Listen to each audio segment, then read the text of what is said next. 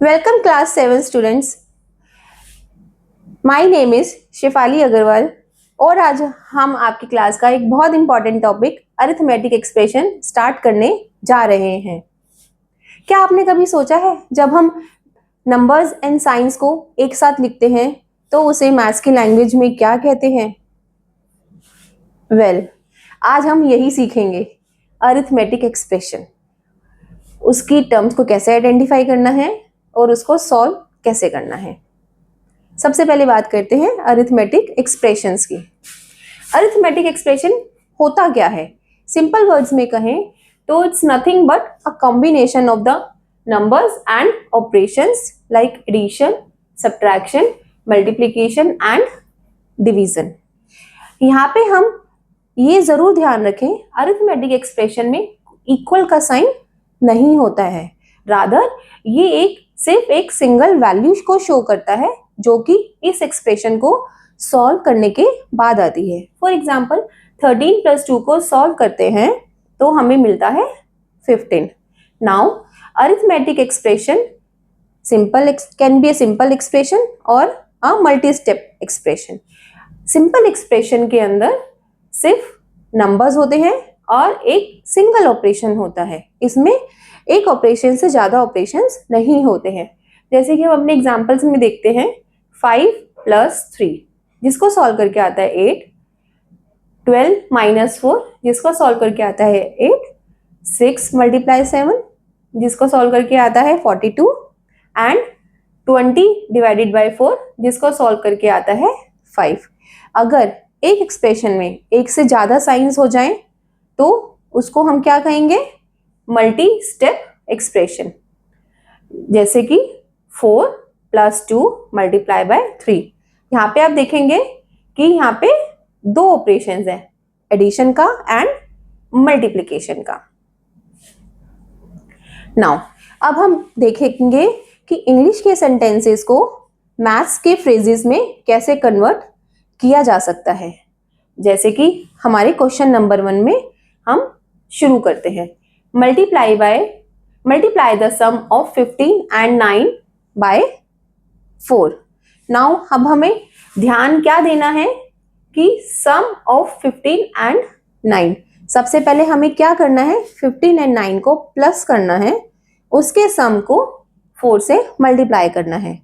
To secure the sum of 15 + 9 we need to put 15 and 9 in a bracket, then उसके सम को 4 से multiply करेंगे तो एक्सप्रेशन बन जाएगा 15 + 9 × 4। अब हम सेकंड क्वेश्चन में आते हैं, subtract 12 from the product of 8 and 7। तो सबसे पहले हमें क्या करना है? 8 और 7 का प्रोडक्ट निकालना है, उसके प्रोडक्ट में से 12 को माइनस करना है। तो 8 और 7 कहाँ आएगा? ब्रैकेट्स में -12। नेक्स्ट क्वेश्चन आता है, divide the difference between 15 and 14 by 6। सबसे पहले हमें क्या निकालना है? 50 and 14 के डिफरेंस को निकालना है। और डिफरेंस कैसे निकाल सकते हैं? 50 में से 14 माइनस करके। और ये सिक्योर करने के लिए कि पहले इसी को करना है तो हमें उसको ब्रैकेट्स में रखना है, उसके बाद जो भी डिफरेंस आएगा उसको 6 से डिवाइड करना है। तो एक्सप्रेशन बन जाएगा 50 - 14 brackets divided by 6। Now come to next question, add 25 to the quotient of 100 divided by 5। अब क्वेश्चन क्या है? क्वोशिएंट 100 और 5 का जो डिवीजन है उसके आंसर को हम क्वोशिएंट कहते हैं। तो सबसे पहले हमें क्या करना है? 100 को 5 से डिवाइड करना है, उसके बाद उसका जो आंसर आएगा उसमें 25 को ऐड करना है। तो हमारा एक्सप्रेशन क्या बन जाएगा? 100 - 5 ब्रैकेट्स +25। नाउ ये तो हमने इंग्लिश के सेंटेंसेस को मैथ्स के फ्रेजेस में बदल दिया। क्या आप जानते हैं जब आप शॉपिंग करने जाते हैं तो वहां भी अरिथमेटिक एक्सप्रेशन का यूज होता है? इस क्वेश्चन में हम देखेंगे कैसे। आरव जो है 4 नोटबुक्स खरीदता है 45 रुपीज ईच में एंड 3 पेन्स खरीदता है 12 रुपीज ईच में। अब हमें क्या करना है, एक एक्सप्रेशन लिखना है कि उसने टोटल कितनी मनी स्पेंड की। तो सबसे पहले बात करते हैं हम नोटबुक की। एक नोटबुक की कॉस्ट कितनी है, 45 रुपीज। नंबर ऑफ नोटबुक्स कितनी है, 4। तो total money spent on notebooks कितनी हो गई, 45 multiply by 4, right. Now pens पे आते हैं। एक पेन की कॉस्ट कितनी है, 12। नंबर ऑफ पेन्स कितने हैं, 3। तो टोटल मनी पेन्स पे कितनी स्पेंड हुई, 3 मल्टीप्लाई बाय 12। नाउ अब टोटल मनी पेन्स और नोटबुक पे कितनी स्पेंड हुई, इसको प्लस कर देंगे इसके साथ, तो हमारी टोटल मनी स्पेंड का एक्सप्रेशन आ जाएगा, राइट। नाउ अब हम आते हैं अपने नेक्स्ट एक क्वेश्चन पे। ये तो हो गया शॉपिंग का। अगर हम अपना एग्जाम देने जाते हैं, वहां हमें कुछ क्वेश्चंस हम सही करते हैं, कुछ क्वेश्चंस के आंसर्स हम गलत करते हैं, वहां भी हम अपनी अरिथमेटिक एक्सप्रेशंस का यूज कर सकते हैं। देखो, एक क्विज है जिसमें स्टूडेंट्स को हर करेक्ट आंसर के लिए मिलते हैं 5 मार्क्स और हर इनकरेक्ट आंसर के लिए उसके डिडक्ट हो जाते हैं 2 मार्क्स। अब रोहित है, एक बच्चा रोहित है जिसने 8 क्वेश्चंस किए हैं करेक्ट और 3 क्वेश्चंस किए इनकरेक्ट। अब इसके लिए हमें एक्सप्रेशन लिखना है। चलो आप अपनी नोटबुक निकालिए और उसके अंदर इसका एक्सप्रेशन लिख के ट्राई कीजिए। किया आप लोगों ने? अब हम देखते हैं कि आपका आंसर हमारे आंसर के साथ मैच कर रहा है या नहीं। Marks awarded for 1 correct answer is 5, right. और कितने करेक्ट आंसर्स दिए हैं, 8। तो करेक्ट आंसर्स के लिए रोहित को कितने मार्क्स मिलेंगे, 5 into 8। बट उसने इनकरेक्ट आंसर्स भी तो दिए हैं, तो उसके कुछ मार्क्स डिडक्ट भी हो जाएंगे। तो उसने कितने इनकरेक्ट आंसर्स दिए हैं, 3। और एक इनकरेक्ट आंसर के लिए कितने मार्क्स डिडक्ट होते हैं, 2। तो उसके टोटल मार्क्स कितने डिडक्ट होंगे, 3 into 2। नाउ अब उसको टोटल कितने मार्क्स मिलेंगे, जो उसके करेक्ट आंसर्स के मार्क्स थे माइनस जो उसके इनकरेक्ट आंसर्स के मार्क्स थे, दिस माइनस दिस। ये हो गया हमारा फाइनल आंसर। नाउ जैसे आप सभी लोगों के पास पिगी बैंक है घर में, आप सभी लोग सेविंग्स भी करते होंगे और टाइम टू टाइम उसमें से पैसे भी निकालते होंगे। यहां भी हम अरिथमेटिक एक्सप्रेशन का यूज कर सकते हैं। देखिए, स्नेहा के पास पिगी बैंक में 500 रुपीज थे।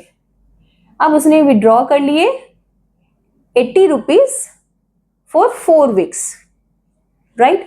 अब हमें इसके लिए भी एक्सप्रेशन लिखना है। तो उसने एक वीक में कितने पैसे विड्रॉ करे, 80 रुपीज। और कितने वीक्स में, 4 वीक्स में कितने पैसे विड्रॉ करेगी वो, 80 into 4, राइट। अब उसने कितने पैसे विड्रॉ कर लिए, 80 into 4। अब उसके पास कितने पैसे बच गए, जितने पैसे उसके पास थे माइनस जितने उसने विड्रॉ कर लिए। तो 500 थे माइनस और इसने उतने विड्रॉ कर लिए। तो हमारी एक्सप्रेशन बन गई 500 minus 4 into 80 with in a bracket. Now अब हमने अरिथमेटिक एक्सप्रेशन कैसे कंस्ट्रक्ट करते हैं ये तो देख लिया। अब हम सीखेंगे उसकी टर्म्स। टर्म्स क्या होती हैं अरिथमेटिक एक्सप्रेशंस की? सिंपल लैंग्वेज में टर्म्स अरिथमेटिक एक्सप्रेशंस की के पार्ट्स होते हैं जो कि प्लस साइन से सेपरेट होते हैं। जैसे एग्जांपल में हम देखते हैं 12 + 7। तो 12 और 7 प्लस साइन से सेपरेट किए जा रहे हैं, तो 12 and 7 इसकी 2 टर्म्स हैं। बट अगर इसमें प्लस साइन की जगह माइनस साइन आ जाए तो हम क्या करेंगे?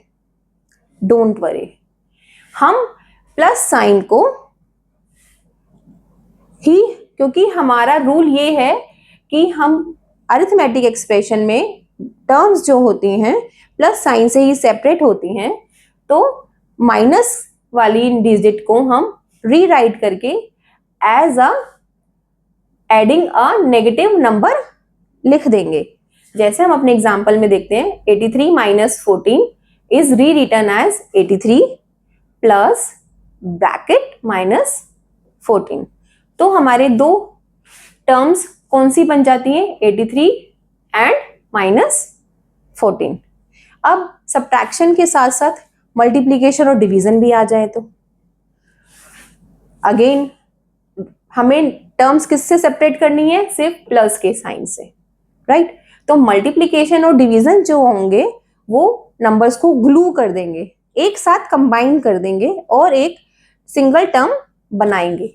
जैसे 39 प्लस 11 माइनस 2 इंटू 6। सबसे पहले तो हम इस माइनस को फिक्स करेंगे।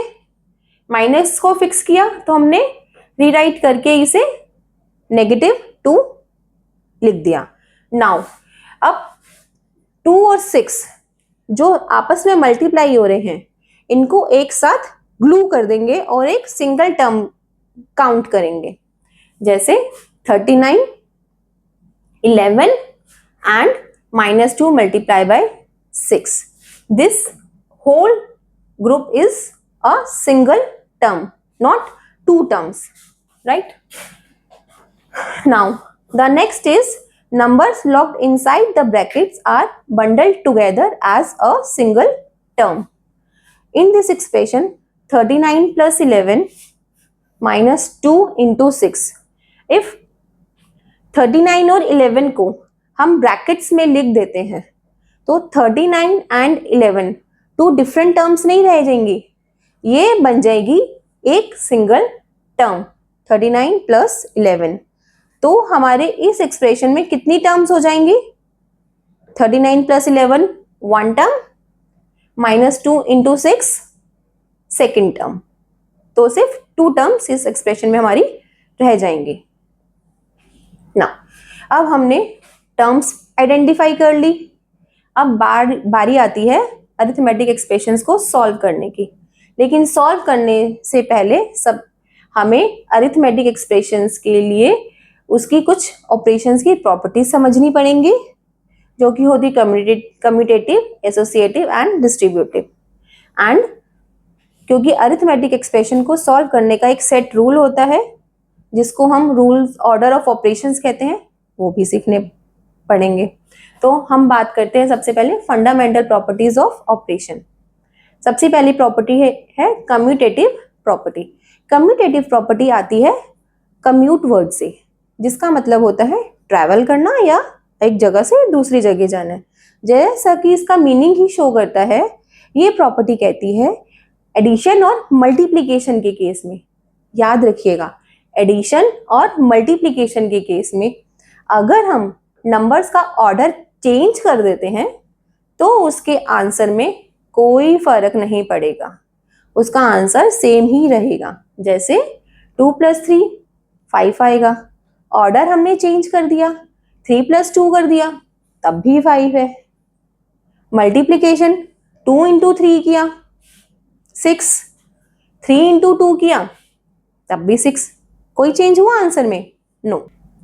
अब हम बात करते हैं एसोसिएटिव प्रॉपर्टी की। एसोसिएटिव वर्ड कहाँ से आया है? एसोसिएट से। एसोसिएट का मतलब क्या होता है? ग्रुप बनाना, टीम बनाना। तो एसोसिएटिव प्रॉपर्टी क्या कहती है कि जब भी हमारे पास मल्टीप्लिकेशन एडिशन के केस में 3 या 3 से ज़्यादा नंबर्स होते हैं तो उनको हम कैसे भी ग्रुप बना के सॉल्व कर सकते हैं।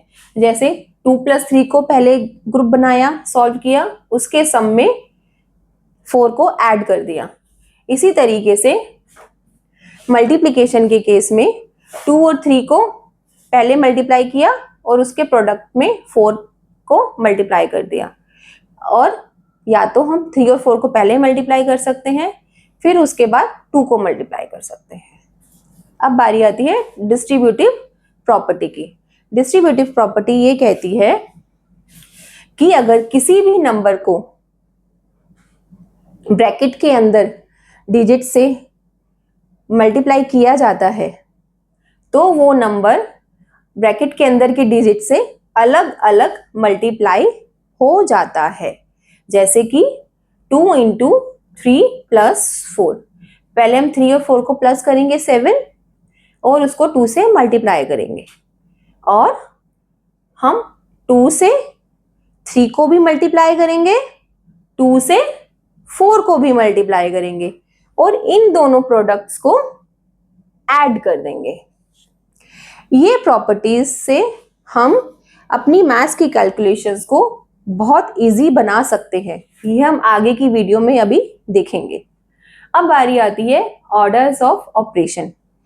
अभी आपने देखा जब हमने मल्टी स्टेप एक्सप्रेशंस किए थे, एक ही एक्सप्रेशन में कितने सारे साइंस थे। अब क्वेश्चन ये आता है कि पहले कौन से ऑपरेशन को सॉल्व करना है। इसके लिए एक सेट रूल होता है जिसे हम ऑर्डर ऑफ ऑपरेशंस कहते हैं, जिसको एक वर्ड बोर्डमास से भी याद किया जा सकता है। इस ऑर्डर को हम एक हायरार्की में प्रेजेंट करते हैं, जिसमें सबसे पहले आता है बिफोर ब्रैकेट्स। मींस ब्रैकेट्स के अंदर जो भी नंबर्स होते हैं उनको हम सबसे पहले सॉल्व करते हैं।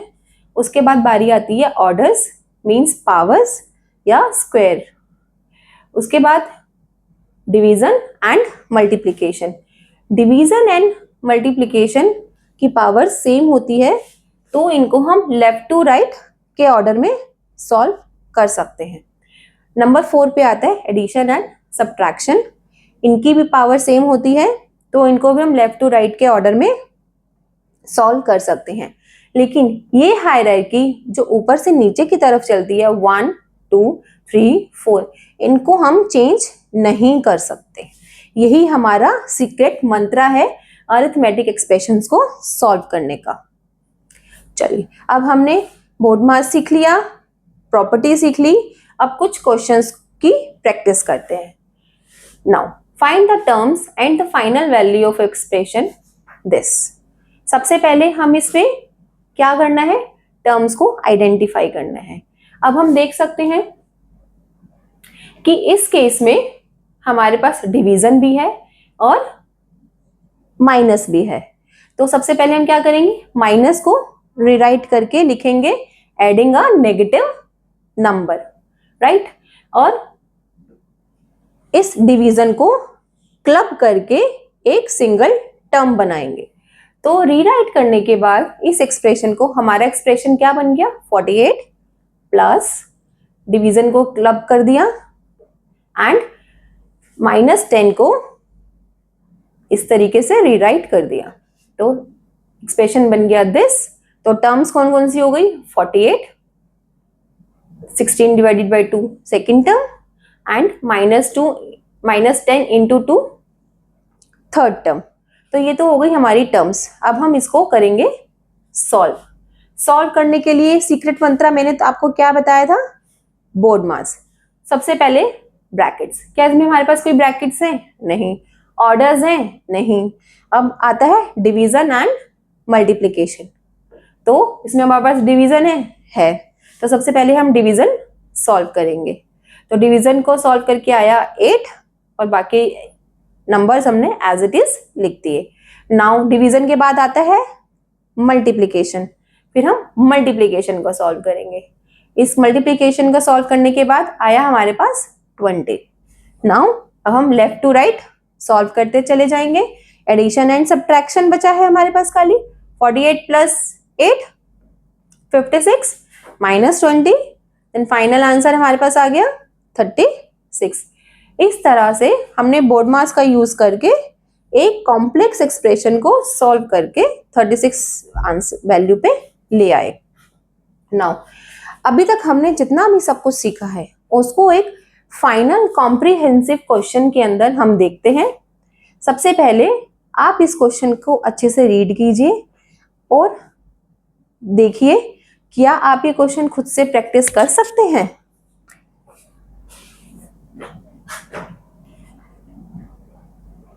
स्कूल ट्रिप में तो आप लोग सभी लोग जाते ही होंगे, आपकी मैम बजट भी बनाती होगी, तो आप देखेंगे कि ये क्वेश्चन हमारा स्कूल ट्रिप से ही रिलेटेड है। नाउ अब हम क्वेश्चन को पढ़ते हैं। क्लास 7 के स्टूडेंट्स स्कूल ट्रिप में जा रहे हैं। एंट्री फी कितनी है? 120 पर स्टूडेंट। फूड की कॉस्ट कितनी है? 85 पर स्टूडेंट। और स्टूडेंट को एक डिस्काउंट भी मिल रहा है, ₹20 of on every students total food and entry package. तो हर स्टूडेंट को डिस्काउंट कितना मिल रहा है? ₹20 का, ठीक है। और बस राइड कॉस्ट कितनी है? 1500 for the entire group, right. और ग्रुप कितने हैं? 25 स्टूडेंट्स का। नाउ अब हमें क्वेश्चन में करना क्या क्या है? एक अरिथमेटिक एक्सप्रेशन लिखनी है जो शो करे total cost for just one single students, right. उसके बाद हमें टर्म्स आइडेंटिफाई करनी है। उसके बाद हमें इस एक्सप्रेशन को सॉल्व करके अपना फाइनल आंसर भी निकालना है। तो सबसे पहले आते हैं पार्ट ए पे, एक्सप्रेशन को कैसे लिख सकते हैं, राइट। सबसे पहले टिकट और फूड का कंबाइंड कॉस्ट कितना हुआ? 120 प्लस 85। अब हमें डिस्काउंट भी मिल रहा है, तो उसके बाद हमारे पास कितना कॉस्ट पड़ा? 120 plus 85 minus 20। Now individual share of the bus total था 1500, जो कि डिवाइड होना है कितने में? 25 स्टूडेंट्स में। तो इंडिविजुअल शेयर कितना हो गया? 1500 प्लस 25। तो हर बच्चे को कितने पैसे देने पड़ेंगे? 120 plus 85 minus 20 plus 1500 divided by 25। ये हो गई हमारी full and final expression. Now अब हमें क्या करना है? पार्ट बी में इसकी टर्म्स को आइडेंटिफाई करना है। अब टर्म्स कौन कौन सी हो गई? फर्स्ट टर्म हो गई 120, सेकंड टर्म हो गई 85, थर्ड टर्म कौन सी हो गई? ध्यान दीजिएगा, यहाँ पे माइनस है, तो माइनस को हम कैसे लिखेंगे? प्लस ब्रैकेट में -20। तो टर्म क्या रहेगी हमारी? -20। ओनली 20 नहीं होगी, इस बात को आपको ध्यान देना बहुत जरूरी है। और उसके बाद 1500 डिवाइडेड बाय 25, क्योंकि यहाँ पे डिवीजन है, ये भी स्टिक हो जाएगा अपने साथ में। तो फोर्थ टर्म क्या रहेगी? 1500 divided by 25। Now part C, evaluate. Evaluate करने के लिए एक्सप्रेशन हमारे पास ये है, तो सभी को पता ही है किस ऑर्डर में इवैल्यूएट करना है। सबसे पहले ब्रैकेट को सॉल्व किया, आंसर आ गया 60, बाकी एक्सप्रेशन एज इट इज लिख दी। अब क्या करना है? ऑर्डर्स वो है नहीं, डिवीजन वो भी नहीं है, मल्टीप्लिकेशन वो भी नहीं है। अब क्या करना है? Addition and subtraction. Left to right के ऑर्डर में सॉल्व करते चले जाएंगे। 125 plus 85 205 as it is. Now 205 minus 20 185 60 as it is. 185 plus 60 245। तो फाइनल आंसर हमारा क्या आया है? 245। हर स्टूडेंट को कितने पैसे देने हैं? ₹245। आई होप आपको अरिथमेटिक एक्सप्रेशन का कॉन्सेप्ट एकदम क्लियर हो गया होगा। अगर आपको अरिथमेटिक एक्सप्रेशन का कॉन्सेप्ट बहुत अच्छे से समझ आया है, तो इस वीडियो को आप लाइक कीजिए, अपने फ्रेंड्स के साथ शेयर भी कीजिए, ताकि वो भी इस कॉन्सेप्ट को सीख सके और उनके कोई भी डाउट्स हों तो इस वीडियो के थ्रू वो सॉल्व किए जा सकें। और इसको सब्सक्राइब करना बिल्कुल मत भूलना, ताकि हमारी नेक्स्ट वीडियो जो भी आए आपको उसके बारे में पता चल सके। और आपकी प्रैक्टिस के लिए मैं डिस्क्रिप्शन में अरिथमेटिक एक्सप्रेशंस की एक वर्कशीट भी दूंगी, जिसे आप सॉल्व कीजिएगा और उसको मेरे साथ कमेंट बॉक्स में शेयर कीजिएगा। अगर आपको उसके सॉल्यूशंस चाहिए तो आप कमेंट बॉक्स में मुझे मैसेज कीजिए, मैं आपको उसके सॉल्यूशंस भी प्रोवाइड कराऊंगी। और अगर आपको कोई भी डाउट होता है इस वीडियो में से या उस वर्कशीट में से या इस टॉपिक पे से रिलेटेड किसी में भी, तो आप कमेंट कीजिए, I will solve your doubts. Thank you for watching.